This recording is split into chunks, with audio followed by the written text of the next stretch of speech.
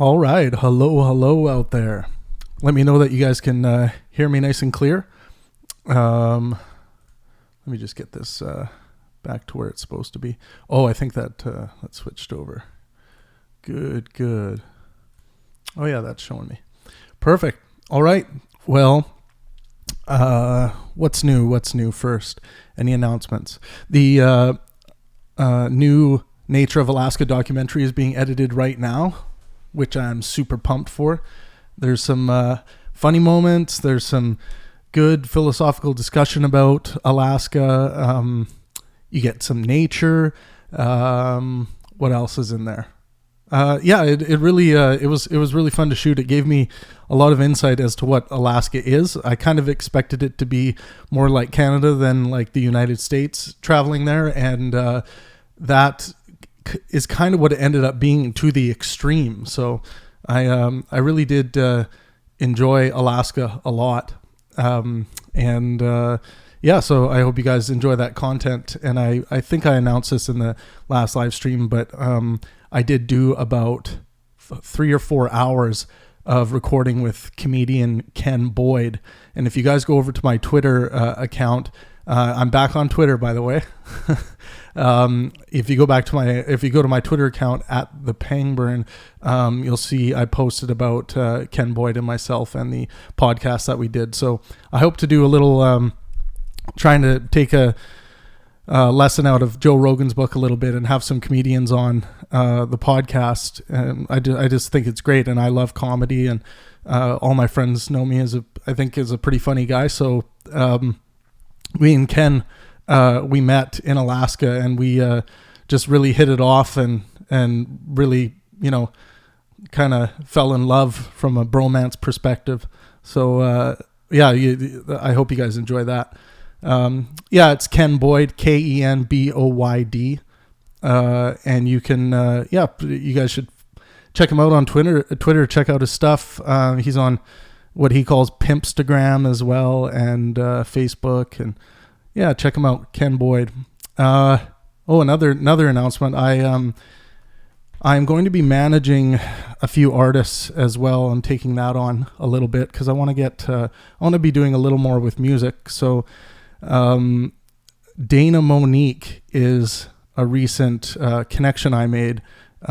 Just a fantastic singer. Again, I posted about her on all the Facebook pages and on Instagram, and she's a new singer I'll be working with. We're going to record a song together here in Vancouver in studio, an old Bob Seger song. So should be interesting, but she'll fly up to do that. And I'm just interested in helping her out musically, and also just helping I want to get her in front of bigger audiences. I think bigger audiences need to see her and hear her, because I was just so blown away by her voice. And I also got to do a podcast with her when I was in Alaska. So stay tuned for that. The podcast will be released soon. And what else about her?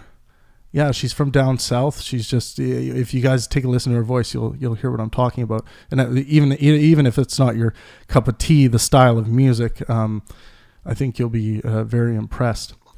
What else? Yeah, so like I said, I'm back on Twitter.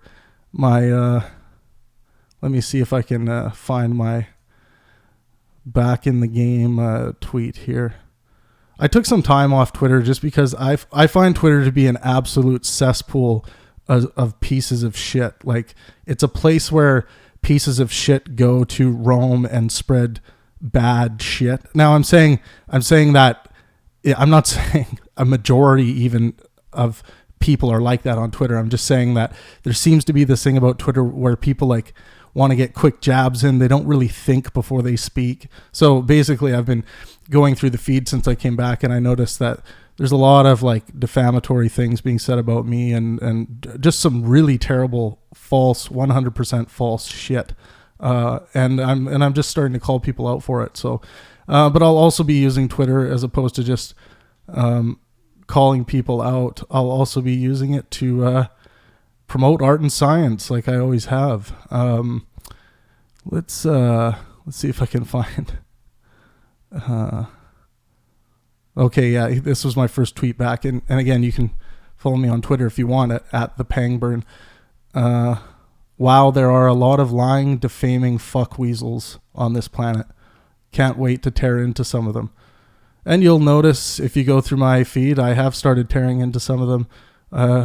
There's more to tear into, but I also don't want to just be doing that all the time. But if someone's going to be defaming me and telling lies about me, I need to defend myself. Let's see. The salty rainbow. What the fuck is Twitter? Business Raptor. Let's see if you can. I don't know what you mean. Donnie says Democrats want us to be like Venezuela. They want socialism for us. Socialism has killed 6 million people. It never works. But so something, just I'll quickly delve into a couple of questions you guys might have right away.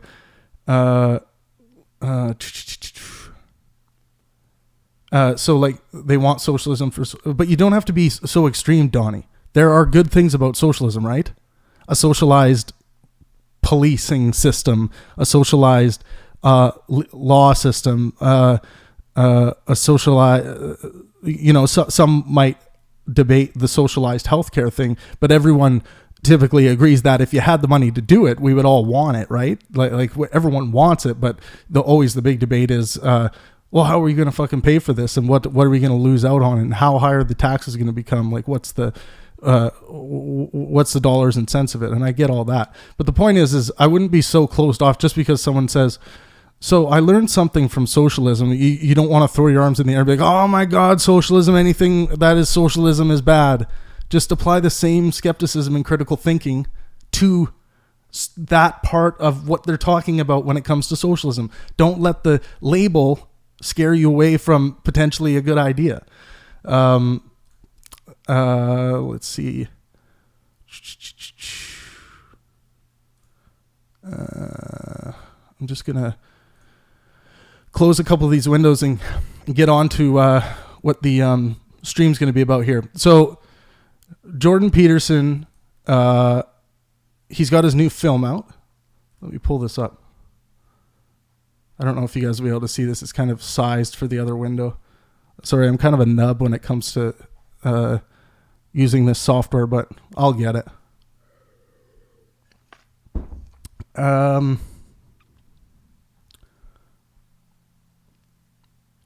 So yeah, the new film, The Rise of Jordan Peterson.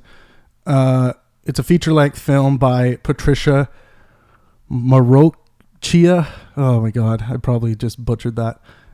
Someone just give me a slap in the head.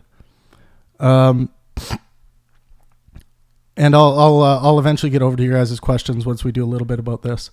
So yeah, basically this theater, and apparently what they're saying is a few of the staff members were triggered by the fact that the Jordan Peterson film was being shown, and that basically had them pull the film out of the theater, which seems very stupid. And again, this is a whole problem with this cancel culture thing, that even if you disagree with something that's being shown, why not sit down to become a better defender with what you disagree with what's being said? This is why I'll go to like Dinesh D'Souza's latest documentary, or I'll go to these things. That's the content I want to see, not just a constant stream of shit that I already agree with. So I don't understand the reason and logic behind someone that's going to cancel a film like this. First of all, and I think Jordan's daughter tweeted this out. It's going to bring a lot more attention to the film. So I don't know, and I don't think that's even in the minds of the people who are making these decisions. I think they might not even understand the scope of Jordan's work or whatever.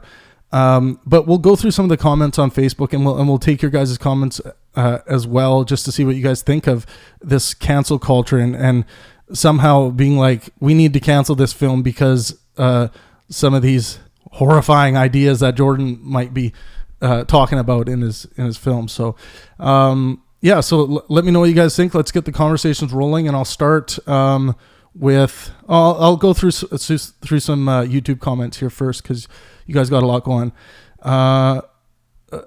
Donnie Newman says, I've never been on Twitter. Oh wait, we got something here. Keith Connolly says, I have Twitter, but I've never tweeted. I rarely go on there. I don't see the benefit. Yeah, I mean, there are benefits to Twitter. Like, it is a good place to have, back and forth conversations and, quick hitting conversations, but you can get that with Facebook as well. I guess some people like Twitter because it forces people to not use so many characters, but I don't know if that's really a big thing when having a conversation. I just think people figure out how to say what they need to say regardless. Even if you're limited to characters, you just do another post after that. So I don't know. I just think it's a good platform. It tends to give people more access to their idols, or especially in the intellectual realm, intellectuals that might not be extremely famous, and they might actually have a chance to interact with you. That doesn't seem to be the case on Facebook. The older generations tend to be using Twitter more for that kind of interaction, and Facebook more for just advertising. Yeah, but Keith, I would suggest trying it out.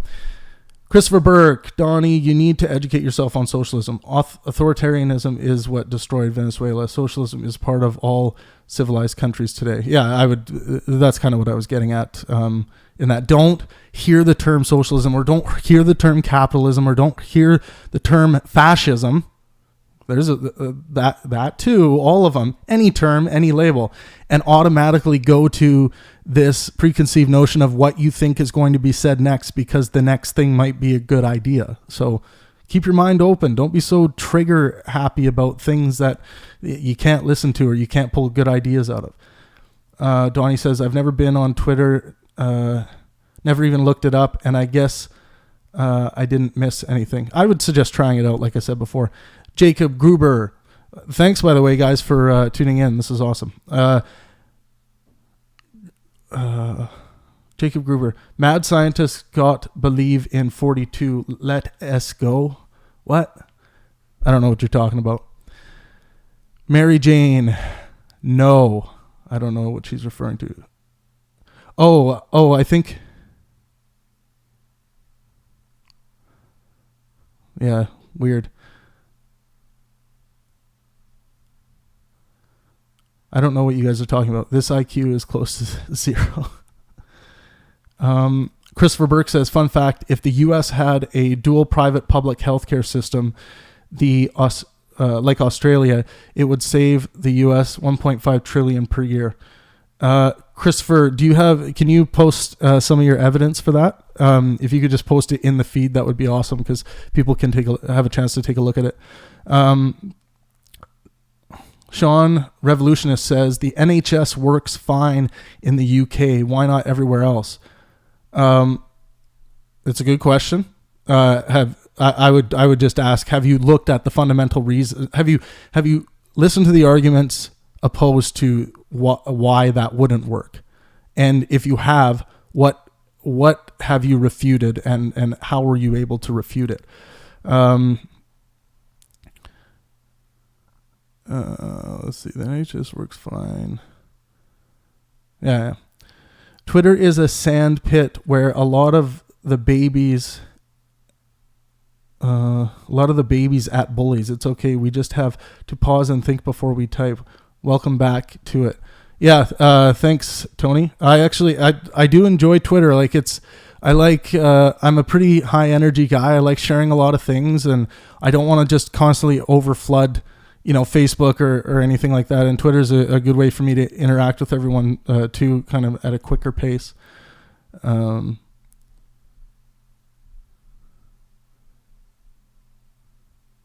Keith Connolly says, I'm curious what happened with you. You had all the big speakers brought together. It was amazing. It seemed like the program went bankrupt or something, mildly like the Fire Festival. So I've talked about this lots on this channel. about the rebranding from Pangburn Philosophy to Pangburn and the reasons for that. You can find all that on this page, and you can also go just pay attention on Twitter too, because I'm going to be addressing a lot of the just absolute bullshit out there that was said about that whole thing.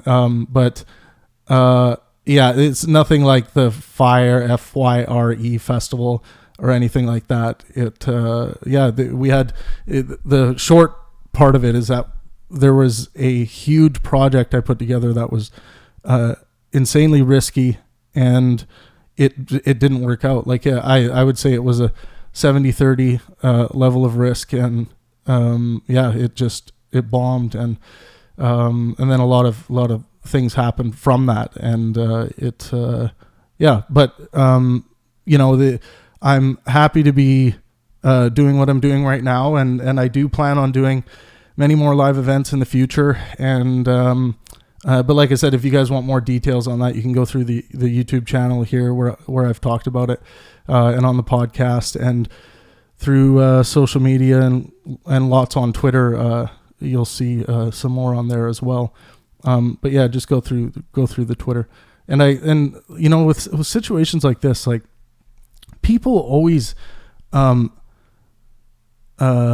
become so extreme. They become extremists towards this idea or this concept about what happened with something, and we all know how complicated situations can be. So if you're an outsider, claiming knowledge on something that and then people are the person involved is saying, well, show me your evidence for that, because that wasn't the case. Like, show me some actual evidence and we can discuss the evidence. It's like people never come to the table with the evidence because it either doesn't exist or they're doing something with it, or they're just who knows. But it's like, yeah, with this situation, a lot of people claim to know shit that's just absolutely crazy. Someone said that I'm a well-known Pai Gow poker player in Vancouver. Never played Pai Gow in my life. And I think what they were alluding to is like I had a gambling problem or something.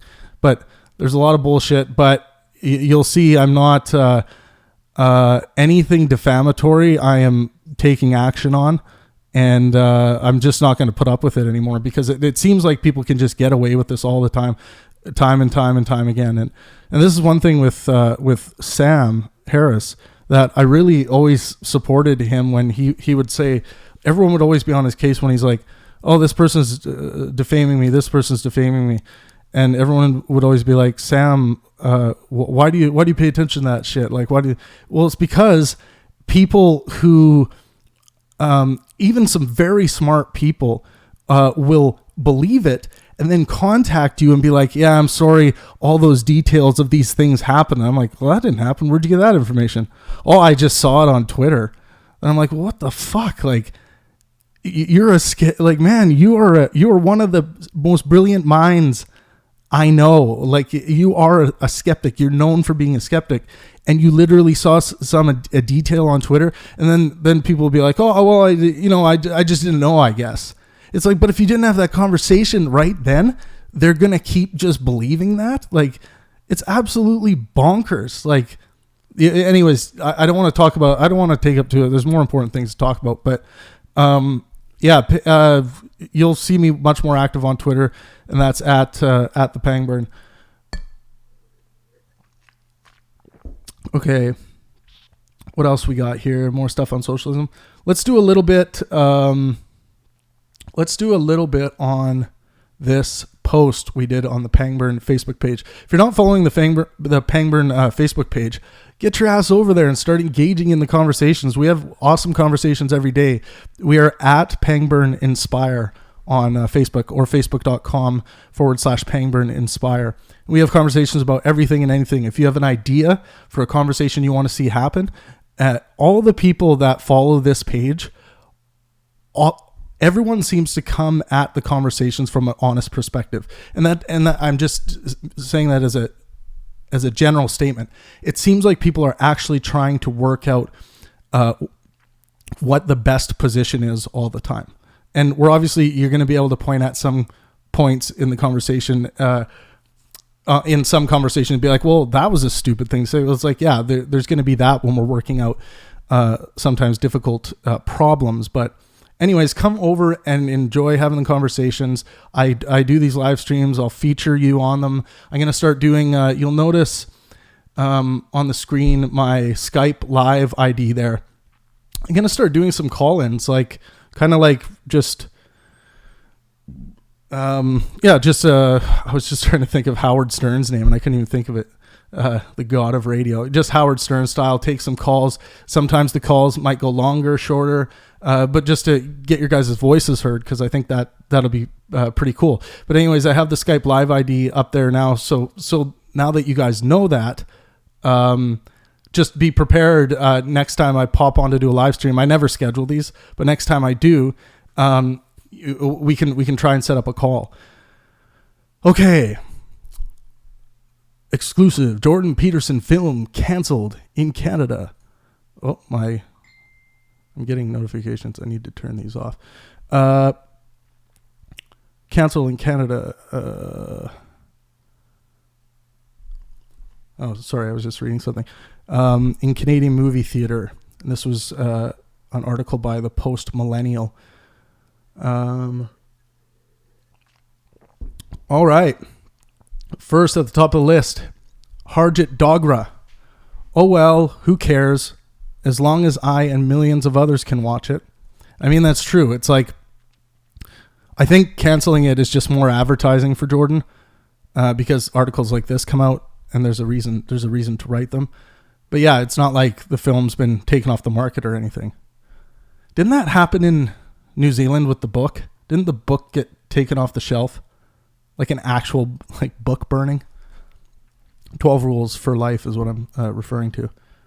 I can't remember if that actually did stand or if that was just a proposal. Mark Porter, he's one of our top fans, says, awesome. Hate this man's drivel. Tell us how you really feel, Mark. Well, if you hate his drivel, why shouldn't the screening still go on? I should say also, I accept, like, for private businesses to show whatever content they want and basically do anything they want to do within the realm of their own business. But I ask, like, if you're a place that's, displaying art like a theater is, it's basically an art display. You're basically saying that art isn't allowed because of what it stands for. So I would just say, like, have varieties of arts of different ideas and competing ideas and competing modes of thinking. I just think that's better. Jason Terrence Noble, I act as though Peterson's claims do not exist. I don't want to be boxed into a binary argument. All right. And then Bill King comes to Jordan's rescue. What are his claims? Who is this? Atheists kill... Oh, okay. Here's one of his claims. Atheists kill people, so I'm not an atheist for one. I don't know. Did Jordan actually say that? When Jordan gets on the God topic, man, he loses his shit. Like, I love the guy. I love Jordan. But I swear, like, the God topic just pretzels his thinking in this weird way that it just... like, it's almost like he's crossing his arms saying, well, I'm not doing that because this, very obscure reason would lead. And I know it's well, he has it well thought out in his mind, but for people or I'll just speak for myself. Me, when I hear his argument for God, I just say, like, dude, no one's refuting that God, hasn't been an idea that has helped people to do X in some cases. I don't think anyone's saying that. We're just talking about, from an atheist perspective, it's like your God, if you claim to be a Christian, hasn't met its burden of proof to exist. And we're talking about exist in the same sense that this glass exists in my hand right now. And someone will say, well, what about the matrix hypothesis? That could change what you mean by exist. It's like, okay, yes, there are rules that someone could argue to say, well, how do you know that glass actually exists? It's like, okay, well, but if we're talking about, if we can agree that things do exist, like apples and oranges and people and like things actually exist, then we can say the claim that gods exist haven't met any burden of proof to prove the existence of that God. So that's all the atheist position is. It's not saying that and Jordan talks about like this Cain and Abel has, there's more humanity in Cain and Abel than anything that's ever been created, or whatever the claim is. Jordan talks about Cain and Abel in a very bright light, and we can all agree that sure, we can talk and debate about the poetry or whatever you want to call it, or the narrative, and talk about the useful things or how this one thing might be stupid, but this isn't getting us any closer to the existence of a God. And yes, Jordan, you can say, well, from a metaphorical truth standpoint, this as a metaphor exists. It's like, yes, but that's true for millions of metaphors. The metaphor of the Santa story, like there are millions and millions and millions of metaphors that exist from a metaphorical truth standpoint. But no one who's sitting in a church or they're about to die is thinking about the metaphorical God. They're thinking about the God that's actually going to give them an afterlife, or the God that's going to be keeping an eye on them to see if they're committing sins or not, or all that crap that hasn't been really proved. It hasn't been proven to be true. Does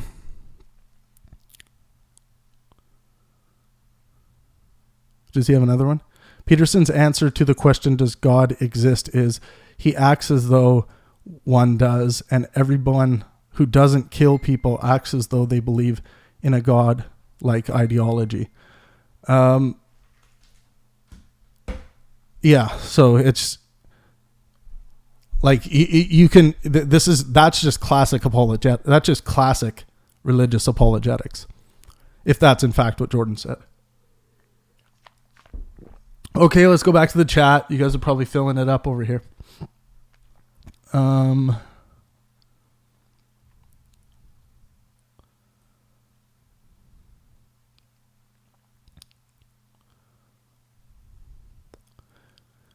Okay.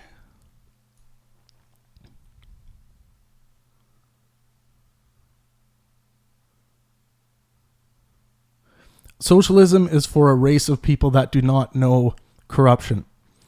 Like I said, there are modes, there are certain things in socialism that you can pull some good ideas out of, right?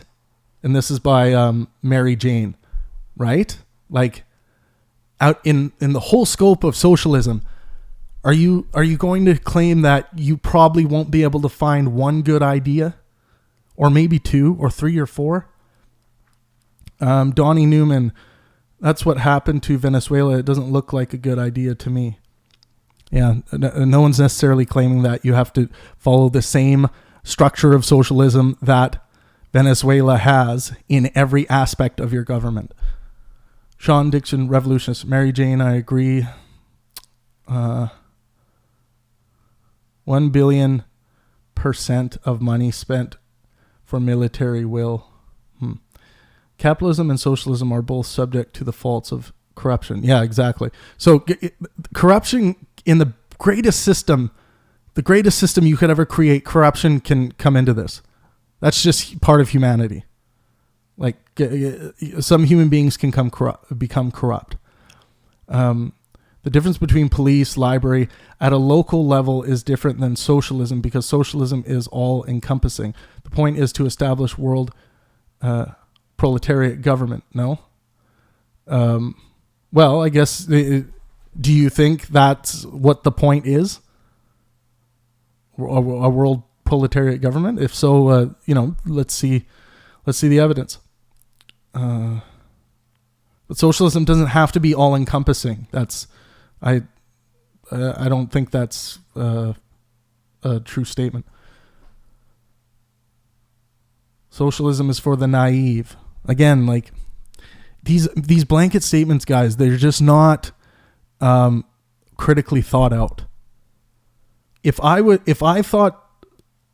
thought socialism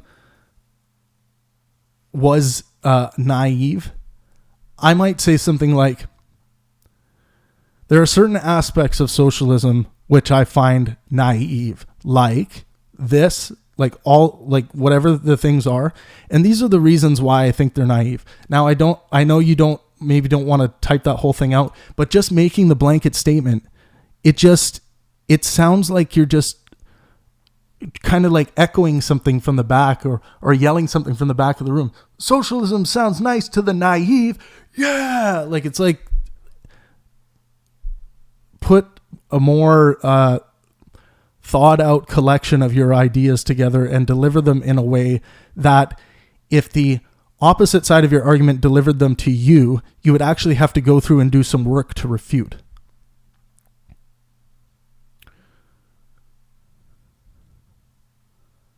Okay, lots about socialism here. Why did we get on the socialism kick, by the way? Facebook have too much real-world social jeopardy. Such as in you might offend real-life friends by expressing yourself freely. Yeah, so that is a very good point, and that's Edward Casimir. Facebook, he says, Facebook has too much real-world social jeopardy, as in you might often or you might offend real-life friends by expressing yourself freely. Yes, and this is, but I think we're moving away from this. I'm starting to see Facebook around the world, people expressing their ideas and more conversations happening instead of, going to your unfriend list and unfriend them because they shared something in a positive light about Donald Trump. It's like, I think people they're getting over that. I agree with you, Edward, that it does exist and people are cautious of this, but I think people need to stop being cautious of this. If someone gets pissed off at you for believing something different about something, they're free to have a conversation with you, right? And so have a conversation. And if you don't want to have a conversation with them, whatever. Like, it's just they have an idea that you think could be bad, but bad ideas are eradicated constantly in our minds. It just happens. So stick with it. Don't run away from conversations or the potential for conversation or the potential for you to post something that's provocative, to have a conversation about something you care about and something you believe. Just put it out there and have the conversations. Your grandmother more than likely is not going to disown you from the family if you show a difference of political opinion than her, or I even think of a difference of religious opinion as well. And I know there are some extreme fundamentalists out there, but I think, and I think what you're referring more to is friends here, because I think family are usually pretty cool with most things, I think, in order to have a relationship with you.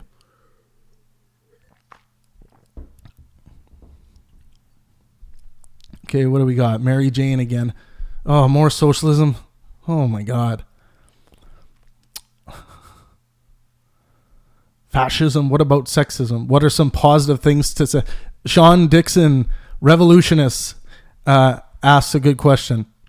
Can we find anything positive about sexism? Well, I think there are sexisms that we engage in that we would consider to be positive if we were being honest, such as people who say, I won't fuck a white dude. I'll only fuck a black dude. I'm only attracted to black dudes. It's like, sorry, that was my example for racism. Sorry, a little bit tired, a little bit of pot in my system. No, that was my example for racism. But sexism would kind of be along the same lines. It's like, is it technically a sexist statement to say, I will only have sex with women? What about men? Are you sexist against men? Like you don't want to have sex with men? It's like, I've heard people use this example as and I don't think it's necessarily strong, but I've heard this example used that some sexisms are fine and we accept them in our day-to-day. Like, for instance, if there is something about a certain sex that seems to be generally true across the board, and using that to describe someone, some might say that that's sexist.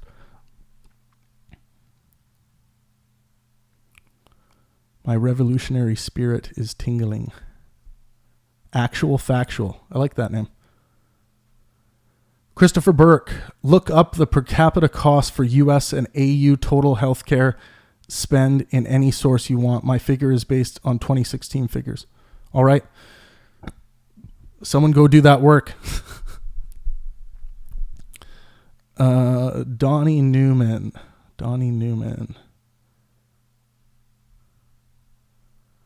Yeah, actually, if you guys, it really helps the videos too. Like there's quite a few of you on here right now. If you smash the like button, that helps a lot. It helps the video circulate better through all the followers.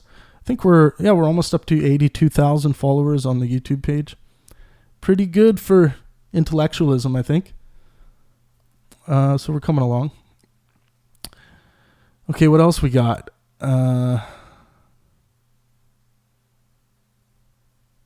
Let's see.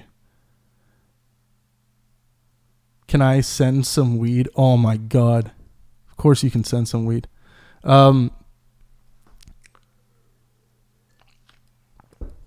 I'm going to do a podcast on this, but I haven't really smoked weed in my life. I didn't really start up until like 3 months ago. And it has a lot connected to do with, depression I've suffered from for a very long time. Something that Jordan and I have had a lot in common when we were hanging out, just chatting about stuff. But I take a medication that causes me it's one of the only medications that works, and it causes me a severe amount of pain, just like neuropathy, just like neuropathic pain all around the body. And really bad tension headaches and stuff like this. And something that, and I've never really had anything that helps, with that pain, but, marijuana has been like a miracle for that kind of pain that I always, face.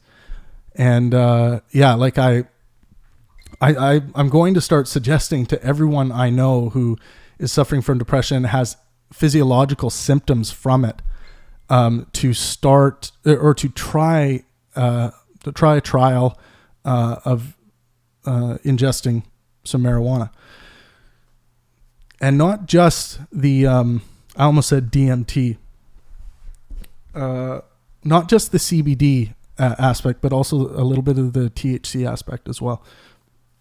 A bit of psychosomatic work there. But anyways, I'll do a more in-depth podcast about that. But hell yeah. I mean, if anyone was to ever send me food, I feel like I've gotten so many death threats from the Islamic community that, like, food or something to, because I'm not doing edibles, or something to smoke or ingest in some way, it's like I'd have to get it thoroughly tested. Sean, I'm sure you're not one of those guys that wants to see my head chopped off, but yeah, dude, send that weed. Extreme ideas warrant extreme responses. Extreme response? No. Mary Jane, that is, I'm going to pick on you a little bit. Extreme ideas warrant extreme response. No. That's utterly nonsensical. If you come across like a lot of people would call the God proposition quite an extreme or extraordinary claim, and atheism, the non-belief position, the rejection of the claim position is very simple. It's just simply the rejection of that claim. So I don't believe for a second what you just said. Extreme ideas warrant extreme response. John Villages. What is the topic of this conversation? I just came right now. We are looking at Jordan Peterson's film was canceled in a Canadian theater, and we were just talking about cancel culture and Jordan Peterson's stuff getting canceled and should things get canceled and stuff like that. But we've been talking about socialism, all kinds of crap, all kinds of bullshit.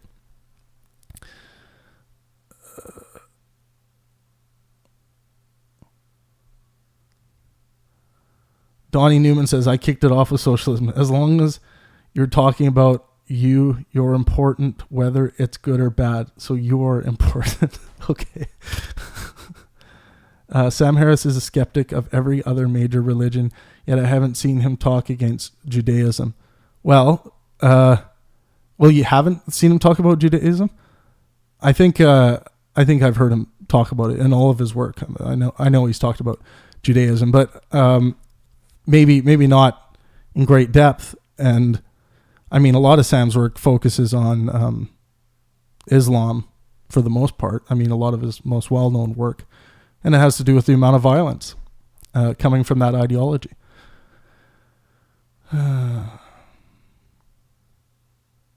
Some of us aren't on Facebook on principle, damn it. Why are you so Facebook normative? Well, why don't you just make a hidden profile? Like, just to have conversations and do stuff like this. I'm not trying to like piss on your idea of being away from Facebook, because there are some shitty aspects to Facebook as well. But I mean, Facebook's been a great platform to be able to write out long forum discussion responses, and I mean, we've built a big audience on Facebook. It works really well for what we're doing. From an advertising dollar perspective too, it's really good if you want to do any kind of advertising.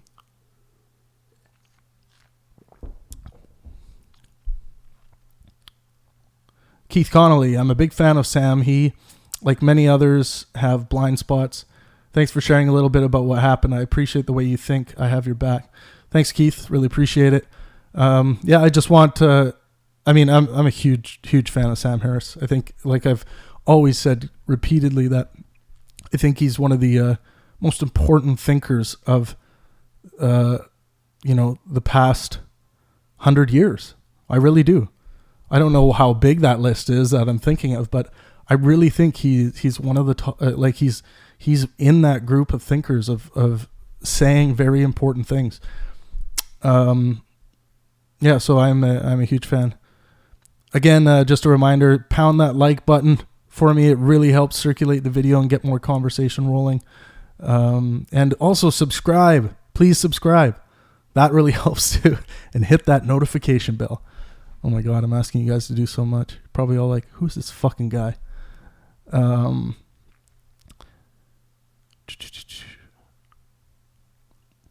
Yeah, and Keith, and about thanks for sharing a little bit about what happened. Every time someone makes a claim about anything, I'm just like, show me the evidence and what you're talking about, and I'm happy to discuss it. I'm happy to address it.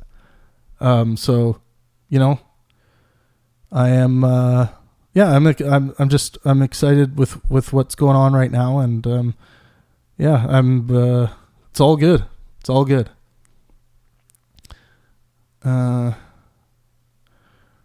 Gradual Poll says the war on masculinity is coming full circle with censorship, feminism, and single motherhood. The war on masculinity is coming full circle with censorship, feminism, and single motherhood. I don't think it's a war on masculinity. I think the people that are at war with masculinity, I will say there's probably some out there, but I think it's a very small group of extreme feminists. I can't even find women who I interact with in real life that will accept the feminist label anymore. They just won't accept it because there's that extremism. They don't want to be identified with it. It's just, it's it's nasty stuff. And I mean, there's tons of examples we can get into over that. I'll keep scrolling down here, but yeah, maybe if you do one more post there, Gradual, maybe just elaborate on that a little more, because I think it's an interesting premise. Tony the Tiger says, "You're great." No, he didn't.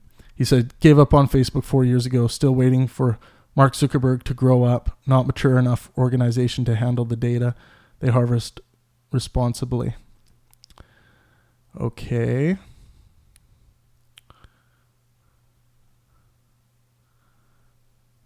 Oh, we got, there we go.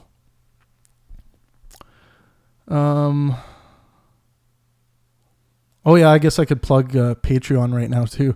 If any of you guys can support us through Patreon at all, that would be much appreciated. Even $1 per creation per month.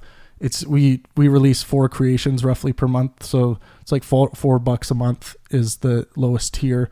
That helps us to get the content out, and more importantly, all of those funds go directly into building a larger fund to keep translating all the video content, especially the live events, into Arabic and Spanish, which has been huge for these videos, and targeting some places in the Middle East that have this lockdown on certain information. But I can target some of these places with advertising to make sure the people are getting a glimpse and being able to listen to these conversations. And I think that's really cool. But anyways, you can go to patreon.com/Pangburn if you want to support.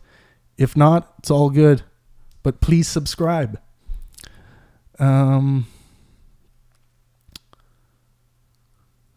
Okay. Andrew Thopil says, "Jordan Peterson is kind of creepy." Aw. I don't think women find him creepy. I think women have a hard on for Jordan Peterson, to be honest. I've the women I've spoke with about Jordan Peterson, it's like when we're recording and stuff, it's like whatever, and then after they're like, "Yeah, but he's like really handsome," and they're usually someone I don't expect to say that. I'm like, "Yeah, okay, cool," and they're kind of like a little flushed in the face, leaning back on the couch. No, I'm kidding. They're not doing that, but they're telling me that, he's pretty hot stuff. I think he's objectively a handsome man.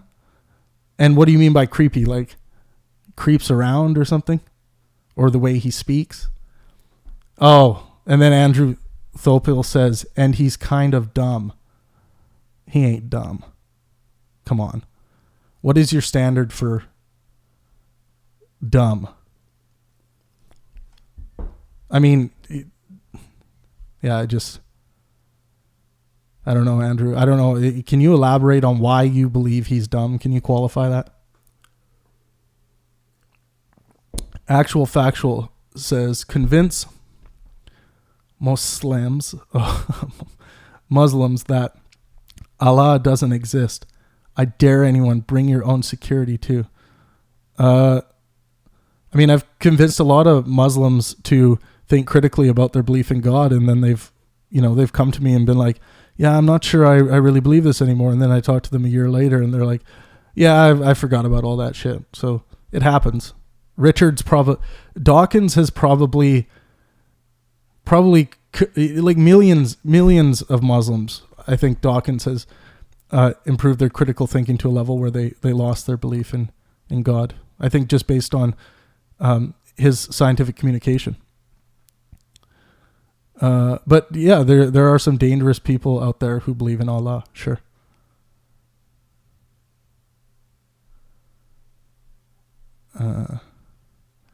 Andrew Thopil says he completely misrepresents the research concerning biology research. Like his understanding of the clinical psychological peer-reviewed journals and papers and all the studies. He's an excellent resource for all that stuff. He completely misrepresents it. Dude, you're going to have to qualify these claims. You gotta provide some evidence. Keith says, I like how Jordan keeps his religious talk in a metaphorical realm. He props up the value by giving stories high meaning. I would respect religion so much more if it universally was kept metaphorical. I completely agree with you, Keith. And when Jordan first started coming out into the light, before, when I had seen him just talking to 100 students in a little theater, that this was before Jordan really blew up in popularity. I really started calling Jordan the bridge from the right wing to the center. And because I think a lot of right wingers who are fundamentally tied to an actual belief in the actual existence of God, and they can't find a way to wiggle away from that because it's not logically consistent with skepticism, science, and reason. They found this this as a way to keep their God, but also move closer to the center and away from all of the creationism nonsense and all that stuff. But I think I agree with you, Keith. I think he is that bridge. I really think he is, because he's got that hint of religion and God in his worldview that works for doing that.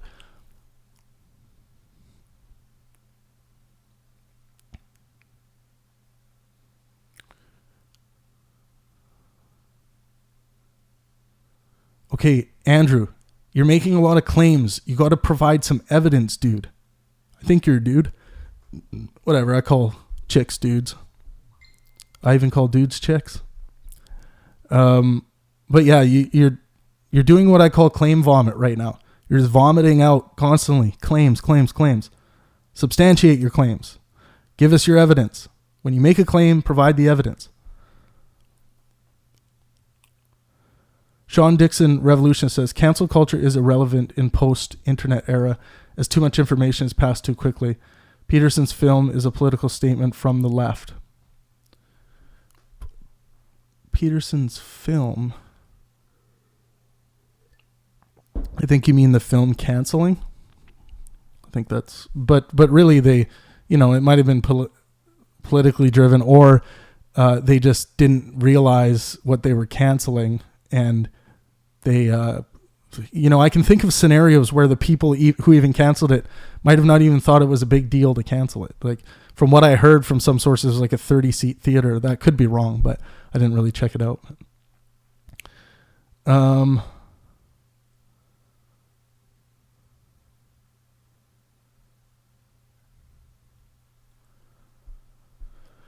Keith Connolly again. Andrew, why are you commenting so much about JP if you think he's dumb and creepy? You obviously have a surface level understanding of his work. Do some research and engage in your passion. Sean says, I like Sam Harris, but he isn't the most honest actor. He is too much about his public profile. He shunned his good friend Lawrence Krauss and dissed him on air. None of the allegations were proven. Yeah, I mean, look, everyone, it is tough being a public figure. Everyone is asked to react to these situations. That's especially when you have a big brand of people who work for you, and they rely on you to not say something that's going to hurt their brand to a point where you're going to have to fire them. It's like all that stuff does go through people's heads.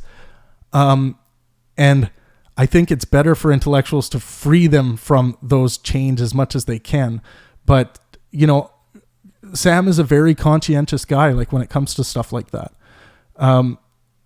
He is obviously, and he's said this publicly, he is very, he does care a lot about his public profile, and that's just part of his personality. I don't think that's necessarily a bad thing unless it starts infecting his ideas and having him produce bad ideas. And then, people can point at evidence and call him out on it, which people have when Sam has reacted in certain ways on social media, like with Ezra Klein and things like that. People have called him out on it. So it's, it's everyone's going to make some mistakes. It's like, I don't like it when when like a public figure or an intellectual makes a mistake and then everyone's like, I can't even listen to them anymore because they made this mistake. It's like, no, you can live in that mistake and say why you were so pissed off about it or why you didn't like what they did. But that doesn't mean that the next idea out of their mouth is going to be the same piece of shit that you thought the last thing they did was. It doesn't have to be that way. Sweet, we're doing better on the likes. Thanks, dudes. Yeah. Like this video. Smash it. Smash that like button. Smash it like it's prom. But I think Sam does his best to be as honest as the next person. I don't think Sam is uniquely less honest than other people. Yeah, and the Lawrence Krauss thing. I mean, that was a very difficult situation in my not in my next book, but in this other book I'm working on, basically just about my life. That was probably the craziest day of my life, that event day, where God, it broke my heart at the time, but for reasons I won't get into right now, I had to basically I had to tell Larry that he couldn't do the event, and that broke my heart and broke his heart too. And I hope to reach out to Lawrence soon. I've just started reaching out to people because I've kind of been away from the public stuff for a while. Oh yeah, I am low on water. That probably means that I'm close to done. Oh wait, why did it hide this? Sometimes YouTube hides some weird shit. I don't even know why. Huh. So Andrew says, my problem with Jordan Peterson is he thinks that because lobsters exhibit dominance hierarchies are I don't know that word, metazoan, universal. And that serotonin puts hierarchies into all brains. Okay. Now, Andrew, I want to ask you this. So what you just said, have you looked at the counter arguments to what you have claimed? Like what would an expert think, or what would Jordan's response be to do you think, to what you claimed here? Basically steel manning. Try to put yourself in the position of someone who's debating against you, and try to go through that exercise.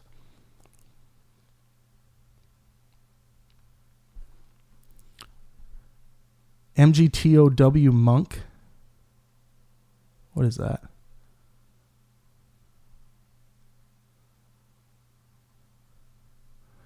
Give me your PIN number, mofo. Says, living one's life to disprove other people's faith is actually a religion and can become just as all-encompassing. Be careful out there, everybody. Oh my God. Can someone please apply some skepticism here? Okay, fine, I'll do it. So living one's life to disprove other people's faith is actually a religion. No, religions have dogmas, tenets, belief systems built in, narratives. Has nothing to do with that. And faith, I mean, my definition of faith, and I think the definition of faith, as far as I'm concerned, is believing something when there is absent any good reason to believe that thing. So, faith is I don't know, basically useless apart from some placebo effect in some cases.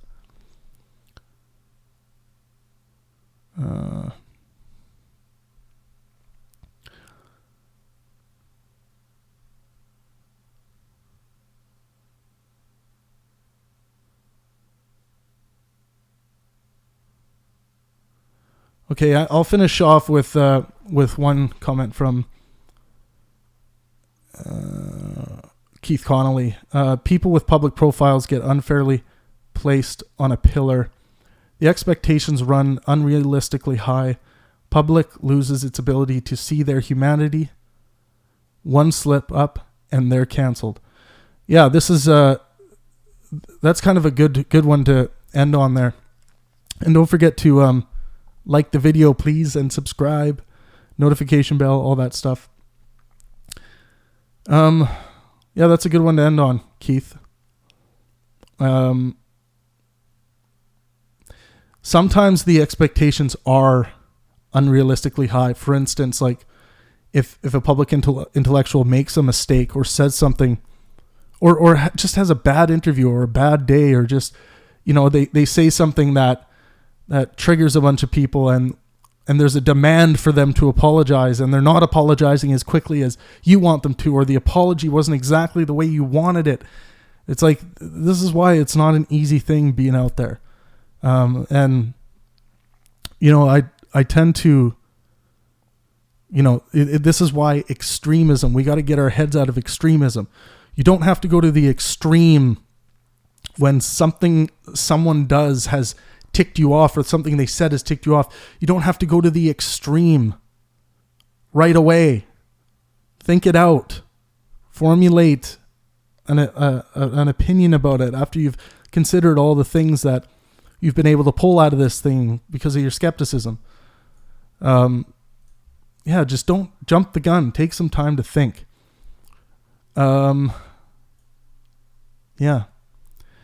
Anyways, thanks, Keith. Thanks, Andrew. Thanks all of you who were engaging in the conversation today. Go over to the Penguin page. Please like this video. Subscribe on YouTube.